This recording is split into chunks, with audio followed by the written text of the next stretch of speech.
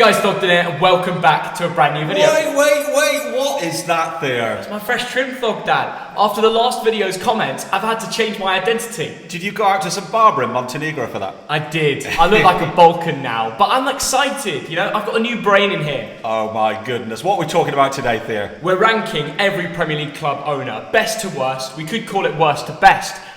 It's going to be interesting and actually quite a hard video. We may have got this one wrong. You're probably going to roast us once again in the comment section. Where are we going to begin? Let's begin with Arsenal, Theo. Stan Kroenke came in majority shareholder in 2011. Now, a lot of criticism from the fans. Some people are saying time to go. I mean, Theo, have they underinvested in the club? If you asked me a couple of years ago, I would have said Kroenke out, get new owners in, and because the direction of the club is not correct. But since Saka and Smith Rowe have done so well, Arteta's starting to gel, Arsenal starting to look like they're going in the right direction. They only just missed out on top four in Champions League football last year. I think they are finally heading in a good direction with a young team, and I think Josh Kroenke, the son of Stan, is actually doing a great job of connecting the fans and the owners. A lot of clubs should take notes from that. I tell you what, Theo, you had Arsene Wenger at the helm for about 2 decades, didn't you? Yeah. It's very hard to replace him, isn't it? Yeah, look at United and how they're still struggling. Arsenal are not as bad as that. Therefore, I've put them in 11th. Mid-table, of course, they get their doubters, but they're not as bad as what they say. Theo, I think the school report could read, could do better. They are a bit of a sleeping giant, but overall, 9th place. Ooh, we similarly agree. Aston Villa, it's the NSWE group, Theo, which as we know is Nassef, Sawiris and Wes Edens. They came in 2018. They saved the club from administration. Real severe financial problems at the time. They're doing all right, aren't they? No, I don't mind the owners of Aston Villa. They're very simple in the methods that they do things. They will invest cash. Yeah. They have one of the highest net worths in the Premier League, and they're willing to spend it. They invested early in the summer transfer window. Diego Carlos, Kamara, Coutinho on a permanent, etc. They've done business before other football clubs can bid for players that are definitely Premier League quality, and they now have a much stronger squad. Plus, those players have had a full pre-season under Steven Gerrard, so when the Prem starts, I think there'll be a different gravy. I mean, one of the most important things the owners do is bring in the manager. And in Steven Gerrard, you've got an excellent gaffer. Yeah. These are owners who really care about the club. They've invested. I mean, good owners, Theo. They're ambitious. They come from the Championship. They're now probably pushing for that 7th position, just outside the top 6. Who says they can't get that? I think they're good owners. So I've put them in, drum roll please, 8th place. Wow, Theo, we're agreeing on this one. 7th place.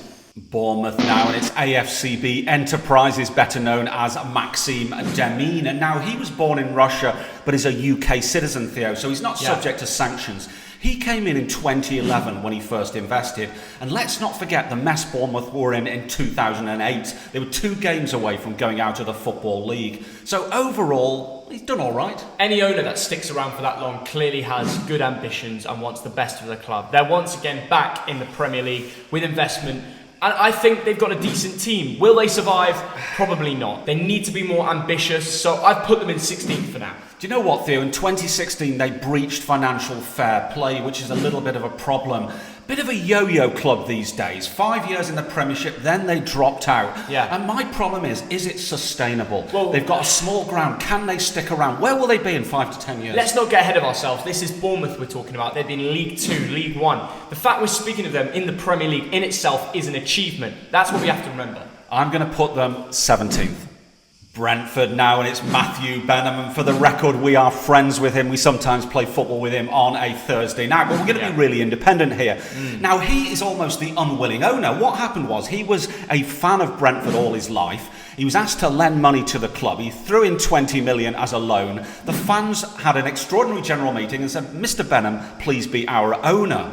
And since then, he's brought in this Moneyball approach, hasn't he? He's realised that Brentford can't spend 50 million on a player, so they have to find undervalued players. And if those players succeed, sometimes they have to sell them. So it's a very well-run club, isn't it?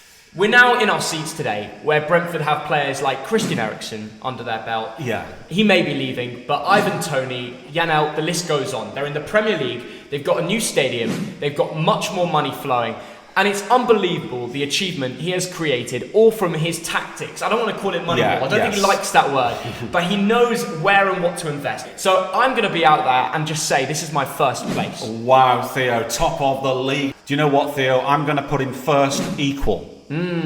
Equal. Equal. Equal. Okay, so you've got 2 first places. I have, yeah. I've never seen you do that ever before. Brighton and Hove Albion is, of course, Tony Bloom. He's been the chairman since 2009, and once again, he's a local guy, Theo. He loves the club, always has had links to the club. He's come in, he's built a new stadium, the brilliant Farmer Stadium. We've been to it a few times. Good ground. Good manager, good squad. I mean, what a great manager. What a great owner this is. Yeah, he's a lifelong fan, and he's produced so much for that football club. I'm going to go out there and put them second, very close to Brentford. Them two, Bloom and Benham aren't best mates, but them two are the best owners in the Premier League. Yeah. So if there's one thing them two can be friends about, is being the best at running a football club. So it's a close second. Brighton fans, you should be happy with it. And I tell you what, Tony Bloom is very close to the community. He's done a lot of charitable work. He set up a synagogue and a community centre in nearby Hove. So I've taken all of that into account. Yeah. Brilliant owner, first equal. First equal? First equal. So that was what you were waiting for? Yes. Wow, we've given away all our top places at the start of the video. Now to do some roasting. Chelsea, it's Todd Burley and Clear Lake Capital. Now, we've got to say they only came in as owners 7 weeks ago. We know about the situation with Roman Abramovich. We don't need to talk about that. It's hard to judge this one, isn't it? It is. We're not basing it off it much. Chelsea have had to make a few transfers, so we can talk about how they've gone into it and their positions at the club. Currently, Ted Bowley is the main owner of Chelsea Football Club, but it seems to be he's also the director of football. He's made himself that position, so we'll delve into that a little bit. Now, I'm going to sit on the fence here and say 18th, but that's really because he's only just come to the table. From the consortium, they've got about 10 billion net worth, which is more than Abramovich. Abramovich was about 8.4. From what I'm hearing of Ted Bowley, he's already spoken to a lot of agents, and they know they can get cash out of him because he is the owner. He is the one with the bank.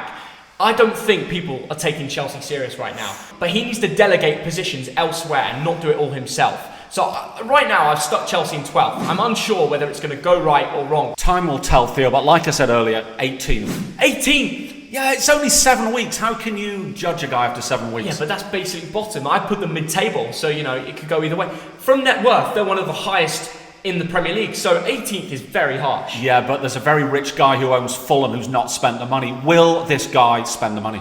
Crystal Palace, we got a bit of a consortium, 40% owned by John Textor, Steve Parish, Josh Harris, David Blitzer. But between them, Theo, in 2010, they pretty much came in and took this club out of administration. It's now a Premier League club with a good manager, good players. So you've got to rate them highly, surely. And a decent director of football, Dougie Freeman, who used to manage Bolton Wanderers. Now, he is not the most outgoing lad. I remember I spoke to David Wheater about him on the training ground, and he's not the most charismatic character, but he's got a brain for football, and he knows how to convince the right player to join your football side, and that is why Crystal Palace are going in the right direction as a club. I mean, Selhurst Park, Theo, would you redevelop that? Would you move the club? I would definitely either redevelop it or find somewhere better in the area. Of course, it's iconic, but if Palace want to make that step up, and they're in an area where they could probably bring a lot more football fans to the stadium, I think Palace do need to think about reinvesting in a football ground or redeveloping very soon. Absolutely, and overall, Theo, I'm going to put Crystal Palace and their consortium 10th. Yeah, I've also put them 10th. Wow. We agree. They're on the way up for 100%. Everton now, and it's Farhad Moshiri. Theo, in 2016 he bought half the club, and since then he's bought more shares. But I'll tell you what, there's been a lot of criticism from Everton fans about him. Do you know why? Because they're in massive debt. They've got a new football ground that they need to pay for. They're selling off their best players because they've got no other choice, and they're in a relegation battle, and if it wasn't for the fans they would have got relegated. I think the Toffees may have a problem next season. I'm worried for them. And Moshiri, the way he's ran that football club is one of the worst in the Premier League. They need to team up to get him out as soon as possible and find some new owners with cash to bring the Toffees back to where they belong to. I'm going to be straight up. I'm annoyed about the situation. I'm putting them 19th. I want them out. Wow, Theo, this Bramley-Moore Dock development of the stadium, they've started that last year, but you do ask the question, where's the money coming from? Is it sustainable? Can they complete it? So if I was an Everton fan, I'd be a little bit worried. I throw them 19th. Where did you put them? 16th. It should be lower. It should be bottom 2 for me. Simple as. Fulham, and it's Shahid Khan, Theo. He is a Pakistani-American billionaire, one of the 300 wealthiest guys in the world. Also owns a bit of a sporting franchise in the States. But has he spent enough of that money on Fulham Football Club? When your net worth is 5.8 billion, which puts you 5th in the Premier League for how much wealth you own, you shouldn't be flirting with relegation. No. You know, go out and spend it. You've already made Palhinha, good signing. Andreas Pereira, that's potential, probably the future number 10 for the club. But keep going. I'm not sure the ambition is there from the owner. I did read what he said in The Athletic today, thinking about buying Wembley, starting to move the club in the right way. But I think we need more from it. I think Fulham, there's a lot there, but it isn't happening. Yeah, some of their recruitment over the years hasn't been very good. And when you've got an owner that is that rich, you shouldn't be a yo-yo club, should you, Theo? Not at all. So really, for me, underperformance by this guy, 14th place. Yeah, I've also put them 14th, and it's simply because of a lack of investment. But that could all change over the next couple of months. Leeds United, it's Andrea Radriazzani, and for the record, he sends us Leeds United shirts every year, so thank you, Andrea. But, Leeds fans like him because they brought in Marcelo Bielsa. They've got Leeds back to the Premiership. But my question, Theo, once again, this word sustainable. Yeah. This year, they've sold their two best players. Can they stay up? And if they go down, what has been achieved? On the positive side of what Radriazzani's achieved is promotion to the Premier League. And he's kept them there a season. They did not get relegated. It was close, it was tight, but they didn't go down. Yes, absolutely, Theo. Now, you've got the 49ers Enterprises as a minority shareholder. Now, they're a lot wealthier than Mr. Radriazzani. Yeah. My thinking is that they need to become the majority shareholder. They need to pump money into the club. You need to redevelop Ellen Road, make it into a 50,000 capacity stadium. Because Leeds is a massive club. They are. And it's underperforming. Right now, I'm putting them in 13th place. So maybe in the future, Leeds will get a more lucrative deal, but he has the passion. He loves the club. And I don't doubt that, Theo, but sometimes you've got to allow richer people to come in above you. So I'm going to go 13th place. So you've gone for the same place as me, after all that. Yeah. Leicester City, the King Power Group, came in 2010, and 6 years later, they won the league at odds of 5,000 to 1. Sadly, as we know, in October 2018, Vichai died in that horrific helicopter accident. But his family are still the owners, and they're loved, aren't they, at Leicester? Absolutely. There's a beautiful video, I hope you put it on the screen, when they're walking through Eindhoven on a European tour in the Conference League last year, and the owner's son is walking through the centre, and the Leicester fans are just saying, thank you for bringing us, we sang about winning the Premier League. That is something that football clubs, I'll never probably be able to sing that in my lifetime. And the story of Leicester City winning that in 2016 was against all the odds. Every big club couldn't catch them. They all underperformed. Whatever happens in the future, you can always say these owners got a Premier League, they got an FA Cup, and they brought Leicester to the Premier League and kept them within the top 6th, 7th place range. And that is special. I've put them in a very high 5th place. Their training ground facilities are top of the range. Everything about that club is, it's great. Excellent. I agree, Theo. 6th place. Oh, one off me. Liverpool, it's the Fenway Sports Group, Theo. They came in 2010. Let's not forget the mess left by Gillette and Hicks 12 years ago. Yeah. They've invested sensibly, haven't they? Now, they have been outspent by other clubs, but that's not their way. They've won a Premier League title. They've won a Champions League title. Surely we've got to rate these guys highly. Well, I have to ask you about Liverpool. Yeah. Because in 2010, I was 9 years old. Yeah. I barely remember what the football club was like when I was 4 or 5 years old. So the previous ownership, I have to ask you, how bad, what was that like? It was terrible because you had two American guys who hated each other.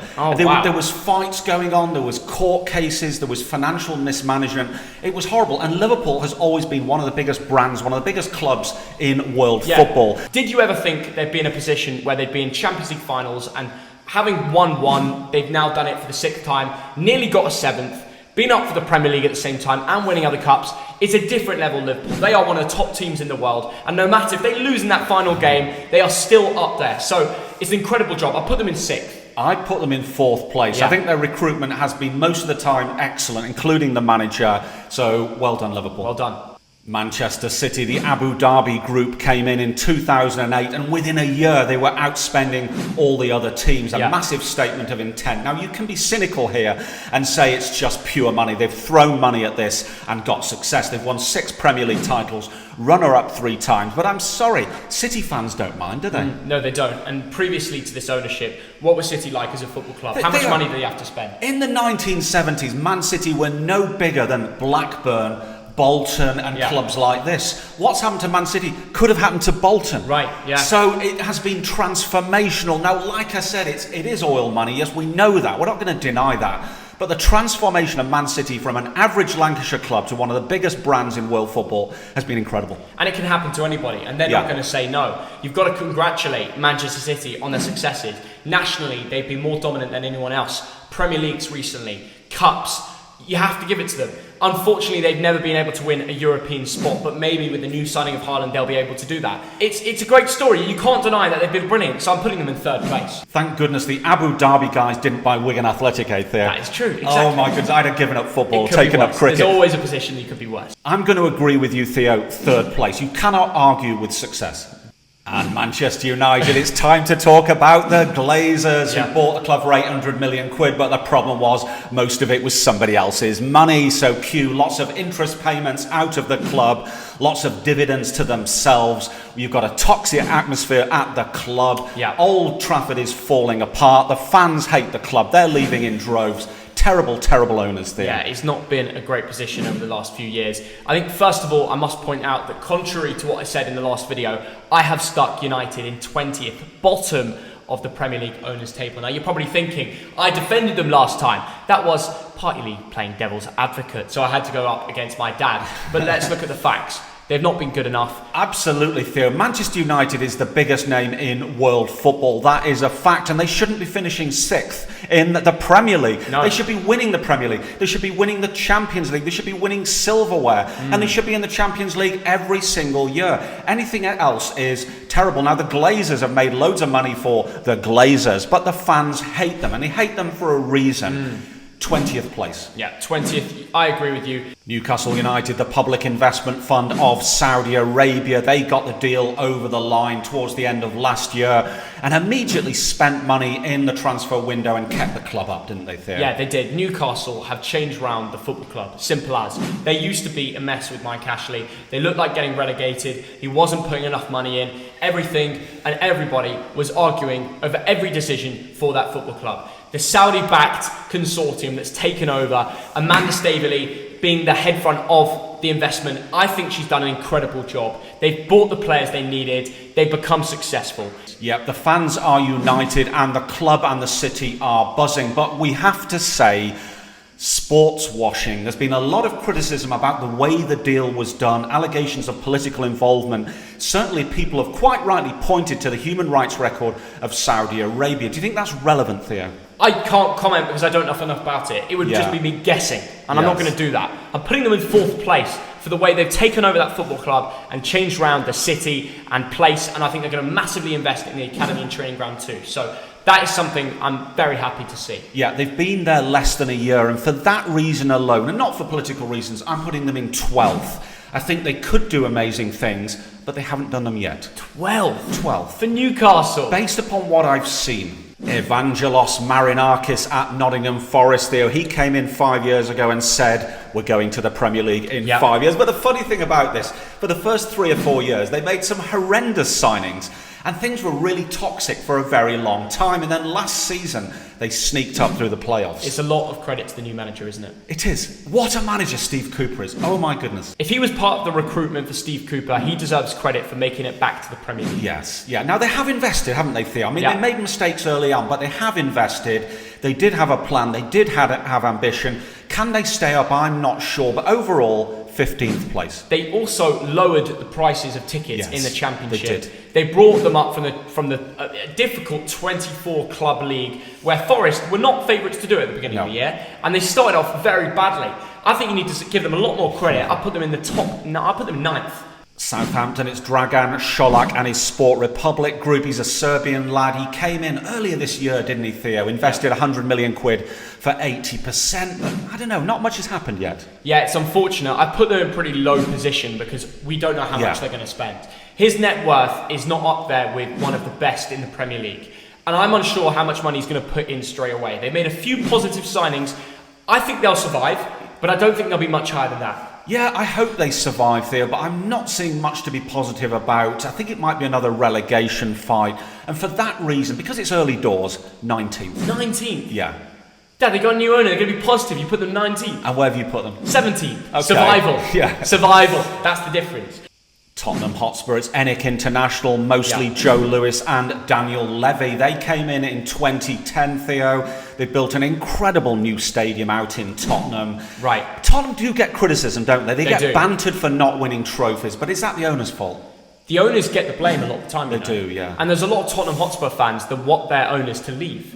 They think they aren't backing the club enough and there's not enough ambition. The new Tottenham Hotspur ground, the 1 billion stadium, more than anybody else, it is state of the art. Yes. And they do create an atmosphere. The North London derby was absolutely rocking. Why? They smashed Arsenal like 3-0.